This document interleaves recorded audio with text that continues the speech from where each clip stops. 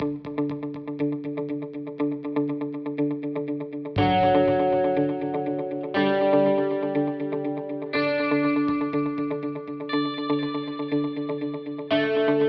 es un hombre que tiene 50 años de ministerio, 35 de ellos como pastor titular en la iglesia de Trujillo, de la Alianza de Trujillo.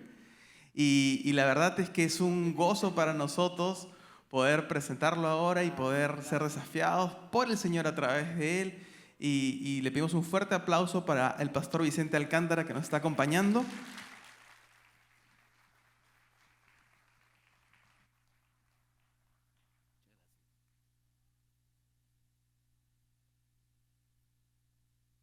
Buenas noches. Buenas noches. El Señor les bendiga a todos y cada uno de ustedes. Verdaderamente un placer estar aquí. Estos días han sido un día de trajín. Estamos predicando desde el día domingo. Lo iniciamos, vinimos a Lima, luego a Cajamarca, predicando en la mañana, en la noche. Luego, hoy día estoy regresando de Piura, prediqué anoche en Piura y ya estamos aquí con ustedes. Bueno, mis amados, les ruego que abran sus Biblias, por favor, en Mateo el capítulo 9, para leer esos 4 versículos donde, en mi criterio, el Señor Jesucristo define completamente la misión. Sin duda que en esos 4 versos, de manera muy apretada, el Señor define lo que es la misión. Fíjese, dice Mateo 9:35, recorría Jesús todas las ciudades y aldeas, enseñando en la sinagoga de ellos y predicando el evangelio del reino, y sanando toda enfermedad y toda dolencia en el pueblo. Y al ver las multitudes, tuvo compasión de ellas, porque estaban desamparadas y dispersas como ovejas que no tienen pastor. Entonces dijo a sus discípulos, a la verdad, la mies es mucha, mas los obreros pocos. Rogad pues al Señor de la mies que envíe obreros a su mies. En estos 4 versículos, en mi criterio, está perfectamente definido la misión que el Señor Jesús tenía que desarrollar. En primer lugar, habla del ámbito de la misión. Recorría Jesús, dice, todas las ciudades y todas las aldeas de su tiempo, el ámbito de la misión. En segundo lugar está la realidad que toca la misión. Gente desamparada, gente dispersa, gente que va sin paradero fijo, sin rumbo, van a la eternidad y sin Cristo, sin Dios, sin esperanza alguna, van camino del infierno. En tercer lugar, la demanda que tiene la misión. Puede haber mucha comodidad, puede haber aparentemente muchos recursos, pero lo que no hay es obreros. No hay obreros. Y en cuarto lugar, el clamor que necesitamos para la misión. Si usted cree que no se puede hacer misiones o que se puede hacer sin orar, estamos totalmente equivocados. El Señor Jesucristo, al inicio de su ministerio, en medio de su ministerio y para finalizar el ministerio, Él ora, se aparta de sus discípulos y toma tiempo para pasar toda la noche orando para poder alcanzar a los perdidos. Tengamos una palabra de oración antes de tocar este tema. A mí me toca desarrollar solamente el verso 36. Señor, por favor, todos aquí te necesitamos de una u otra manera, pero el mundo que está afuera te necesita mucho más. Oramos para que de acá de esta iglesia puedan levantarse hombres y mujeres dispuestos a hacer la obra que Jesucristo nos enseñó, que puedan encarnar el mensaje que Jesucristo nos trazó, que podamos, Señor, hacer tu voluntad. Bendícenos con tu presencia, tú eres la persona más importante y te rogamos que tu Espíritu Santo nos pueda hablar tanto al corazón como a la mente, porque verdaderamente lo precisamos. En el nombre de Jesús, amén y amén. El Señor Jesucristo inicia su ministerio planteando lo que se conoce como los estatutos del reino. Capítulo 5, capítulo 6, capítulo 7 inclusive del libro de Mateo, Jesús rápidamente esboza todo lo que sería la carta magna del reino de los cielos. Allí escribe Jesús prácticamente todo lo que sería los estatutos y las normas que se van a respetar en el reino de los cielos. ¿Para qué? Para diferenciarlo de cualquier reino que lo anticipó a él y cualquier reino que vendría después de él. El reino de los cielos es el reino de amor, de justicia, de libertad, de paz, de tranquilidad, de esperanza, de eternidad, de trascendencia. Pero luego, en el capítulo 8 y el 9, se produce rápidamente un rosario de sanidades. Usted puede ver la cantidad de milagros que hace Jesús en el capítulo 8 y el capítulo 9. De tal manera que Mateo se ve obligado a escribir estas palabras. Y al ver las multitudes, tuvo compasión de ellas, porque estaban desamparadas y dispersas como ovejas que no tienen pastor. La frase más importante en este verso 36 es precisamente: tuvo compasión. ¿Qué es la compasión? ¿Será un sentimiento liviano, pasajero, advenedizo? La compasión, mis amados, es un sentimiento muy profundo, hondo, un sentimiento de tristeza que se produce al ver padecer a alguien y que te impulsa a aliviar ese dolor, a remediar el sufrimiento, a evitar la desgracia de la gente. Ese sentimiento compasivo acompañó el ministerio del Señor Jesucristo. Por eso lo que nosotros necesitamos en esta noche es aprender a tener este sentimiento de poder mirar a la gente con los ojos que miró el Señor Jesucristo. Que tengamos ese corazón apasionado por ir a los perdidos. No importa la clase social, no importa la estructura económica, no importa si es docto o es ignorante. Todos aquellos que no tienen a Cristo están sin Dios y sin esperanza. Por lo tanto, necesitamos aprender ese sentimiento compasivo de parte de Dios, que es indispensable, evidentemente, para la obra misionera. Si nosotros no alcanzamos a tener ese sentimiento de compasión, déjame decirte que estaríamos nosotros con un programa misionero. Y un programa misionero no le agrada al Señor. O encarnamos la misión o no la encarnamos. O vamos con la misión hacia adelante cada día de nuestra vida, o simplemente una vez al año teniendo un momento de misiones. Y para que la misión sea revestida de compasión, vamos a mirar tres partes. Número 1, una visión espiritual. Es imprescindible tener una visión espiritual. Dice el texto al iniciar: y al ver las multitudes. Jesús, al recorrer las ciudades, las aldeas, se fija en cada individuo. Se fija también en todas las multitudes. Las multitudes, mis amados, concentran un montón de necesidades, enfermedades, pobreza, sufrimiento, dolor, angustia. Todo eso es parte del común vivir de las multitudes. Son gente muchas veces movidas por escaso discernimiento, impulsadas más por lo que se llama la psicología de las masas. Se mueven en conglomerados humanos, obedeciendo al que va delante, y muchas veces impulsadas más por el instinto que por la razón. Pero al Señor le interesa precisamente el individuo y también la multitud, porque ambos, sin Cristo, están rumbo prácticamente al infierno.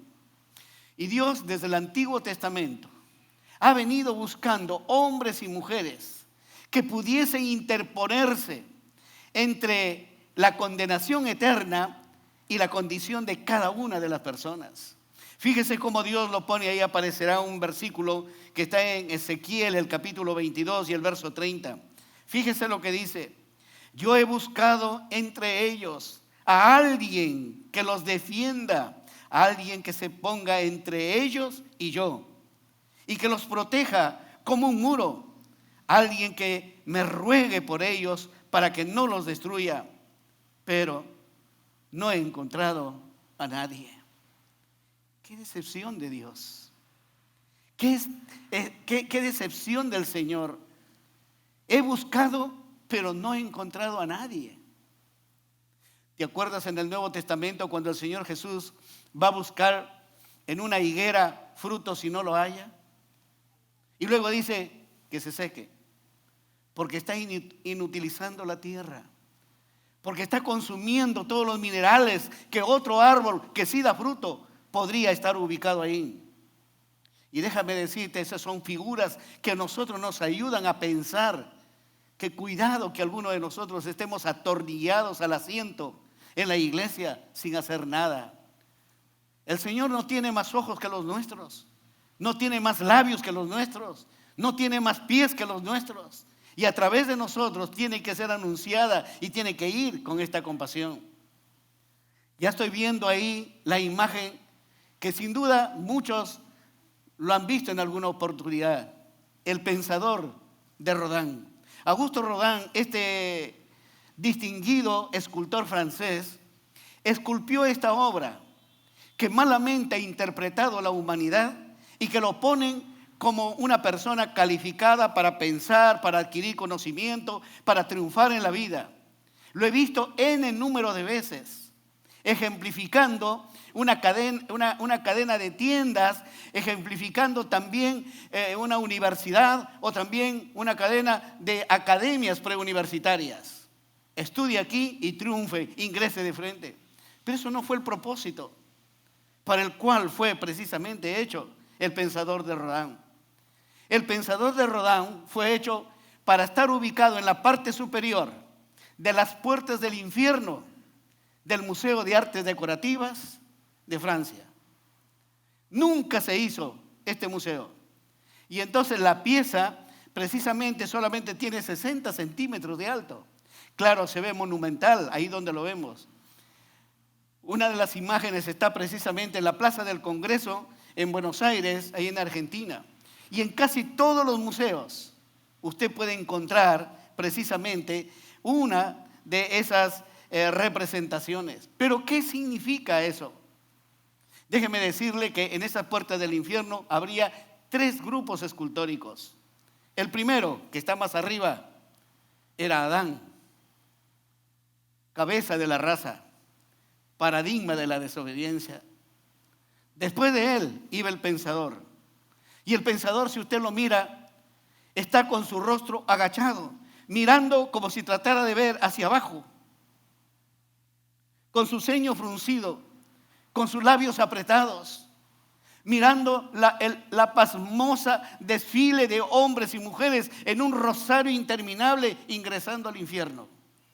Porque esa es la condición del hombre. El pensador fue hecho basado en la iconografía de la Divina Comedia. Y usted sabe que Dante Alighieri, cuando escribe la Divina Comedia, precisamente la barca de Caronte, y está representado en el juicio final de Miguel Ángel ahí en la Capilla Sixtina, aparece esa barca y una expresión en la puerta del infierno. Miles de personas son trasladadas en esa barca. Y dice, aquí ingresan los que nunca volverán a la vida. Esa es la condición del hombre. Esa es la condición de la humanidad que nos rodea. Mis amados, la misión no está aquí adentro, la misión está afuera. ¿Te acuerdas el Señor Jesús aquel día que llamó a 3 de sus discípulos al monte de la transfiguración? Pedro, Juan y Jacobo. Y el Señor se transfiguró con esa gloria que tuvo antes de que el mundo fuese. Pedro y los demás se quedaron pasmados y dijeron, Señor, ¿quieres que construyamos aquí 3 enramadas? Porque apareció la imagen de Elías, la imagen de Moisés. Haremos una para Elías, otra para Moisés y otra para ti, Señor. Y luego la expresión dice, bueno sería estar aquí. Y el Señor, ¿qué le dice? Aquí no es la misión está abajo, no acá arriba en el monte. La misión estaba abajo. Los otros 9 discípulos estaban ahí tratando de librar a una chica que tenía un espíritu endemoniado y fracasaron. El ministerio de cualquier iglesia puede fracasar cuando piensa que la comodidad, que el placer puede ser la satisfacción para una persona que ya conoce a Cristo. Necesitamos, mis amados, tener una visión realmente espiritual como lo tuvo el Señor Jesús. Si nosotros no estamos en contacto con las multitudes, jamás podremos ver sus anhelos. Nunca conoceremos sus luchas, menos aún sus fracasos. Necesitamos estar en contacto con ellos. Nadie se hace médico por más libros que pueda estudiar si no hace la práctica precisamente en un hospital. Necesitamos ir a los perdidos. Si no vamos hacia ellos, déjame decirte, estaremos absorbidos, estaremos medio adormecidos en las 4 paredes que constituyen el templo, evidenciando de esa manera que no tenemos visión espiritual. Pero no solamente es la visión espiritual la que necesitamos. En segundo lugar, necesitamos una sensibilidad espiritual. Fíjate lo que dice el texto. Tuvo compasión de ellas. Jesús, al mirar las multitudes, no se queda en lo externo, no se queda en lo superficial, no se queda en lo advenedizo, lo pasajero. Él mira al interior de la persona. Jesús ve la pobreza espiritual y eso lo estremece a él tan profundamente que conmovió sus entrañas. Tener compasión es ser tan conmovido por dentro que no puede seguir igual. Un día, haciendo el mercado con mi esposa, fuimos a uno de los mercados grandes en Trujillo y compramos 4 kilos de pescado porque nos encanta el pescado. En eso que estamos, el vendedor entregando el pescado y yo sacando el dinero para pagar, veo una anciana que se dirige hacia el depósito donde el vendedor tiraba las vísceras, las agallas de los peces, lo que no se vende. Y la anciana a las justas se movía. Y yo le digo, mamita, ¿para qué estás sacando eso? Ella voltea los ojos y me queda mirando y me dice, para comer, Señor. Me conmovió el alma. La primera pregunta que tuve, ¿tiene hijos? Y si tiene hijos, ¿dónde están? ¿Cómo podemos permitir que nuestros padres recojan algo de la basura para llevar a la boca? Y mis amados, este mundo está buscando en la basura algo que pueda ser de alimento para sus vidas. Y nosotros, teniendo un manjar espiritual, no salimos para compartir lo que el Señor nos ha dado. Es importante que nosotros tengamos este sentimiento que tuvo Jesús. Jesús se quedó temblando al ver las multitudes, afectado física y anímicamente, porque los vio camino al infierno, en esa condenación eterna, yendo al infierno en un viaje sin retorno, mis amados. Esto fue una emoción profunda que recorrió el cuerpo del Señor. No solamente el Señor vio un conjunto de individuos que necesitaban cuidarse los unos a los otros, sino que los vio total y completamente abandonados. Jesús veía lo que las autoridades de su tiempo no veían, lo que los maestros de la ley no podían ver. Fariseos, saduceos, no podían ver lo que el Señor veía. Y tú te puedes dar cuenta en Lucas capítulo 10, versos del 30 al 34, cuando Jesús narra la parábola del buen samaritano, ahí nos vamos a dar cuenta realmente si tenemos sensibilidad espiritual o no lo tenemos. Dice esa parábola que pasó un sacerdote y viendo a la persona que había caído en desgracia, que los ladrones lo habían saqueado, habían robado todo y dejaron maltrecho, semimuerto, dice que viéndolos pasó de largo. Déjame decirte algo. La religión siempre ha estado por encima de las necesidades de la gente. No necesitamos de religión. Necesitamos de una relación personal con el Dios de la gloria, con aquel que nos va a dar trascendencia. Los artistas como Rodin y como otros, por ejemplo, piensan que a través de sus obras van a ser y van a llegar a la trascendencia. Pero la trascendencia no está en lo que tú puedes hacer. La trascendencia del ser humano está en tomar en contacto con aquel que ya hizo por nosotros. Y es encontrar el camino, la verdad y la vida. Porque si no encontramos el camino, la verdad y la vida, estamos perdidos en esta tierra por más comodidad que podamos tener. Dice que luego pasó un levita, vino cerca de él y viéndole, pasó de largo.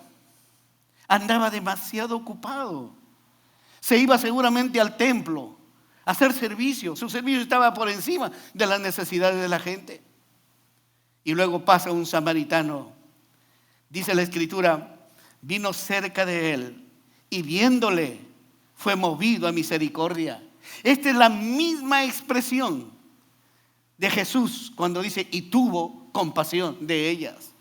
Fue movido a misericordia y acercándose, lo puso sobre su cabalgadura, lo llevó hasta el mesón, curó sus heridas, le recomendó al mesonero, por favor, cuídalo, ponle todo lo que necesita, dale de comer y todo lo que él va a hacer de gasto, anótalo a mi cuenta.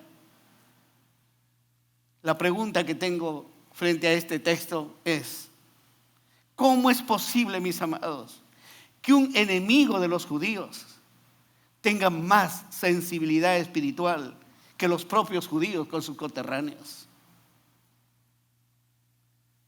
Estoy seguramente en lo cierto cuando digo que cuando vamos a un hospital, a esa sala muy particular que se llama UCI, Unidad de Cuidados Intensivos, afuera hay preocupación, hay dolor, hay lágrimas, hay temor, hay sufrimiento, porque aquel que está dentro puede salir cargado por 4 de frente al cementerio.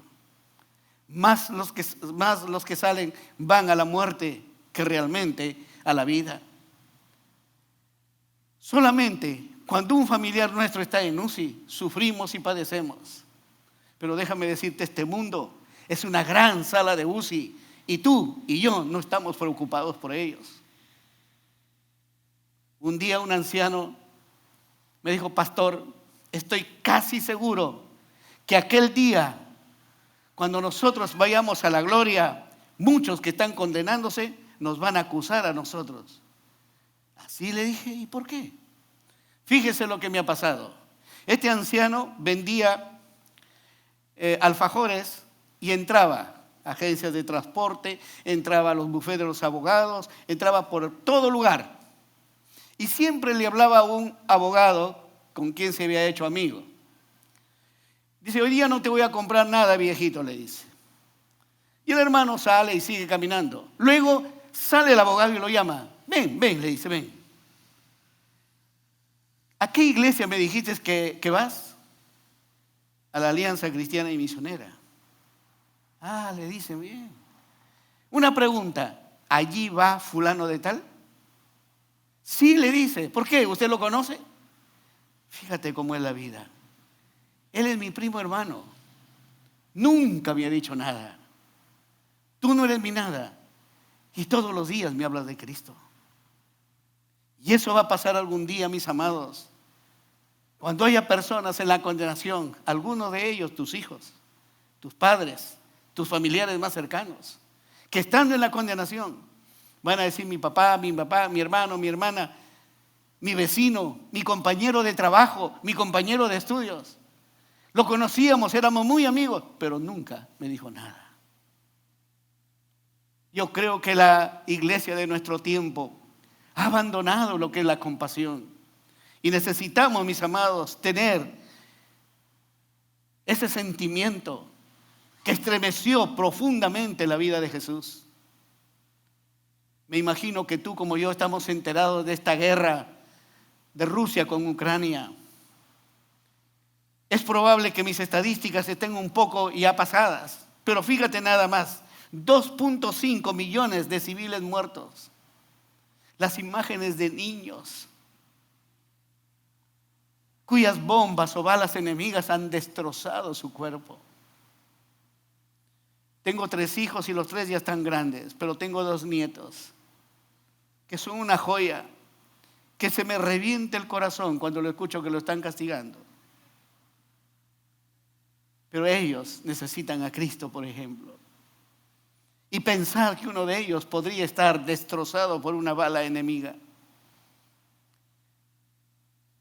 3 millones de heridos que van muriendo cada día por falta de asistencia médica. 7 millones de refugiados que han salido corriendo sin dirección alguna, sin futuro, sin un porvenir claro, sin dirección a dónde llegar, sin trabajo que efectuar. por el frío que están en nuestras ciudades como Lima, como Trujillo, al menos 2 a 3 veces en el año nos vamos como familia al norte para disfrutar un poquito de las aguas calientes de esa zona de Máncora y más al norte todavía. Pero cuando tú ves rosarios de venezolanos caminando por la pista, una mujer cargando lo que puede, embarazada, empujando un coche con un niño ahí, el padre con otro niño aquí, que la ropa que tienen tuvo color algún día sin duda, pero por lo que esa ropa, con esa salieron, con esa viven, con esa duermen, con esa hacen todo, y ha perdido su color. Yo recuerdo que en otros viajes anteriores pedían dinero, ahora no piden dinero, dicen agua por favor, comida por favor. Y tú sabes que frente a esos cuadros el Señor Jesucristo le dijo a sus discípulos: dadles vosotros de comer. Nos toca a nosotros, amados, encarnar precisamente ese sentimiento que conmovió la vida de Jesús. Aparecerá una frase que dice ahí: lo único peor a no tener vista es no tener sensibilidad espiritual. En tercer lugar, hay una responsabilidad espiritual, visión espiritual, necesitamos sensibilidad espiritual, pero también una responsabilidad espiritual. Dice el Señor Jesús: porque estaban desamparadas y dispersas como ovejas que no tienen pastor. Jesús, al ver esas multitudes, se da cuenta que se hallan en 2 condiciones. Número 1, desamparadas. Jesús las veía en una situación y en un estado que requerían ayuda urgente, protección urgente, que los líderes de su tiempo no le podían dar. Más bien lo que habían logrado los líderes de su tiempo era atosigarlos con leyes, con rituales que no ayudan a nada. Debemos preguntarnos si nosotros vemos el desamparo de las multitudes. ¿O estamos igual que los demás? Porque la generación a la cual pertenecemos, déjame decirte, es una generación dedicada a la distracción. Dedicada a la distracción. Todo el mundo tiene un celular. Tú ingresas a un restaurante donde hay una familia compuesta por 5 personas. El padre con su celular, la madre con su celular, el hijo mayor con el celular, la hija y el otro más pequeño con su celular. Si llevan al perro, el perro con celular. Que están comunicándose, claro. ¿Con quién? Con alguien de fuera. Pero entre ellos no se comunican. Estamos perdiendo el sentido mínimo de lo que es familia. Ya no hay un hogar. ¿Qué nos está pasando como generación? Es una generación individualista. Se dice que los 2 descubrimientos más importantes de estas últimas décadas, uno es la laptop y el otro es el celular. Ambos nos vuelven más individuales. Cuando era niño, yo salía a la calle a jugar pelota en la calle. Ahora, ¿quién juega pelota en la calle? Los niños, su distracción es el celular. Y lo veo cuando mis nietos están metidos ahí mirando sus dibujos animados. Quítales el celular. Le estás cortando la vida. Porque no nos damos cuenta que están generando hormonas en su cerebro para fijar esas imágenes que durarán por lo menos 150 años en su vida. Todos los días, sin duda, nosotros nos movemos como iglesia o nos movemos como creyentes entre millones de seres humanos, pero no percibimos su necesidad. No estamos dándole el mensaje que necesitan. Por eso Jesús llevó a sus discípulos a que miraran la misma realidad que él estaba viendo. Claro, no es bueno manipular a los discípulos, ni tampoco hacerlos que se sientan culpables, pero sí es bueno que vean la realidad. Los padres deben llevar a sus hijos para que vean las necesidades de este mundo. Yo vivo en la ciudad de Trujillo en una casa que tiene 3 pisos y desde mi azotea yo puedo distinguir a lo lejos los pueblos jóvenes, que ahora ya no se llaman pueblos jóvenes. Y a mis hijos les digo: miren, nosotros podríamos ser una de las familias que viviera allá. Pero habría que darle muchísimas gracias al Señor por no estar allá, sino estar acá. En este mundo me hace recordar, mis amados, al arca de Noé.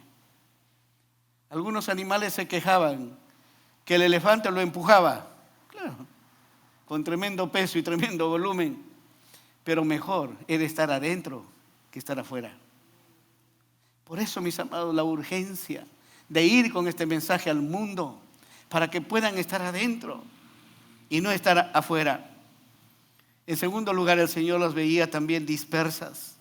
Estaban tan separadas, sin ninguna protección, sin ninguna dirección.